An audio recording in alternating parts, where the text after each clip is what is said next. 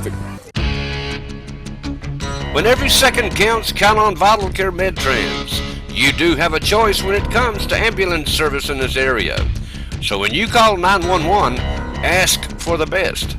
Wait a minute, are you Vital Care? Yes, we are. Good. State-of-the-art equipment and a well-trained staff who stand ready to respond to your call. That's Vital Care Med-Trans, when nothing but the best will do.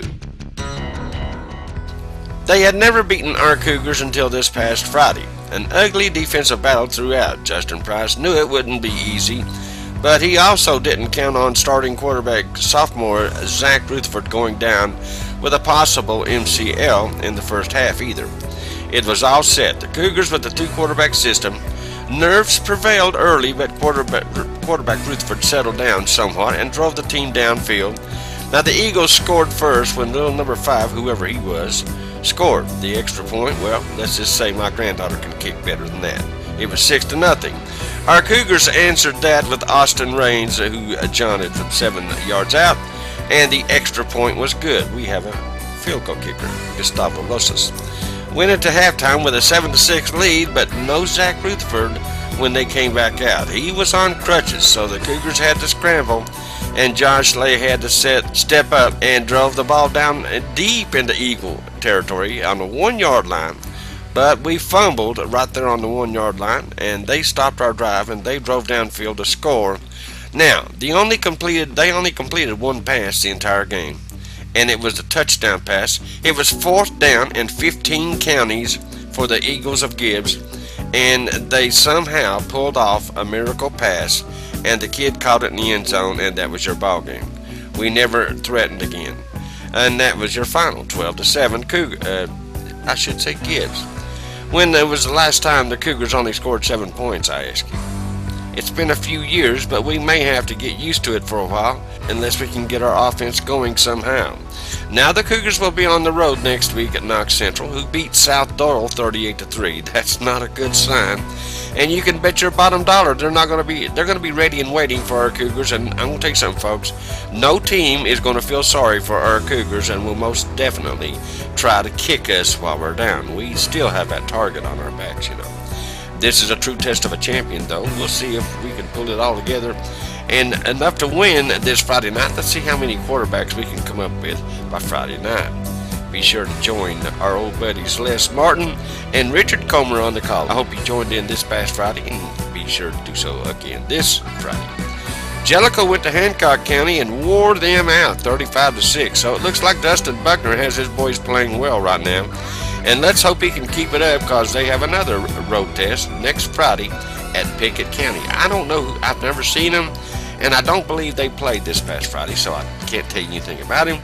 But I do know I am a Blue Devil fan, so go Blue Devils and go Cougars on the road. Both of them are next week. Okay, in case you're interested, here's some more scores from around the area. Alcoa beat Knox Webb 35-0. Of course, Gibbs beat Campbell County 12-7. Christian Academy beat Kingston Academy, 37-7. Cofield beat Copper Basin 50-7. Greenville at home beat Anderson County 38-9. Jellicoe, of course, beat Hancock County 35-6. Knox West beat Hardin Valley in a Thursday night game in a very good ball game here, 16-15. So either Knox West is not as good as they was, or Hardin Valley is a little bit better. Jefferson County beat Knox Grace 48-21. It was Bearden 43, Carnes 7. Knox Central, of course, beat South Doyle 38-3. William Blount beat Lenoir City 24-20. Oak Ridge beat Clinton in a good ball game down there in Clinton 24-14. Oneida beat Oakdale 47-6. Farragut beat Powell 49-6. Dobbins Bennett beat Tennessee High on the Thursday night game 45-14. Granger beat Union County 58-6. Volunteer beat Cobb County 15-0. And Sunbright beat Wartburg Central 47-14. Restaurants have come and restaurants have gone, but for almost 10 years, the diner has been the standard, with great food, great service, and great people. Daily luncheon specials each day that's made fresh when you arrive. Come in and try their great home cooking, and don't forget to try one of their delicious cakes or pies made fresh by their very own pastry chef.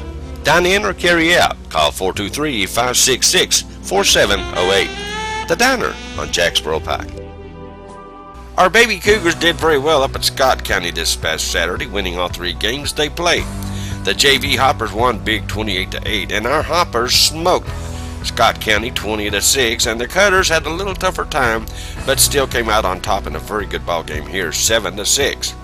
New league president Josh Edders thanked the Cougar fans for showing up, and he applauds them on how well they showed good sportsmanship throughout the entire Saturday.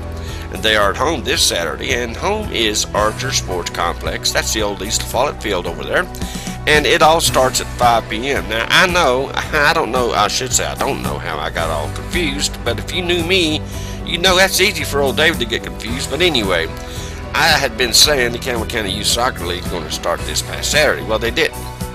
Okay, I'm going to tell you the truth now. They will get started this Saturday morning at 10 a.m.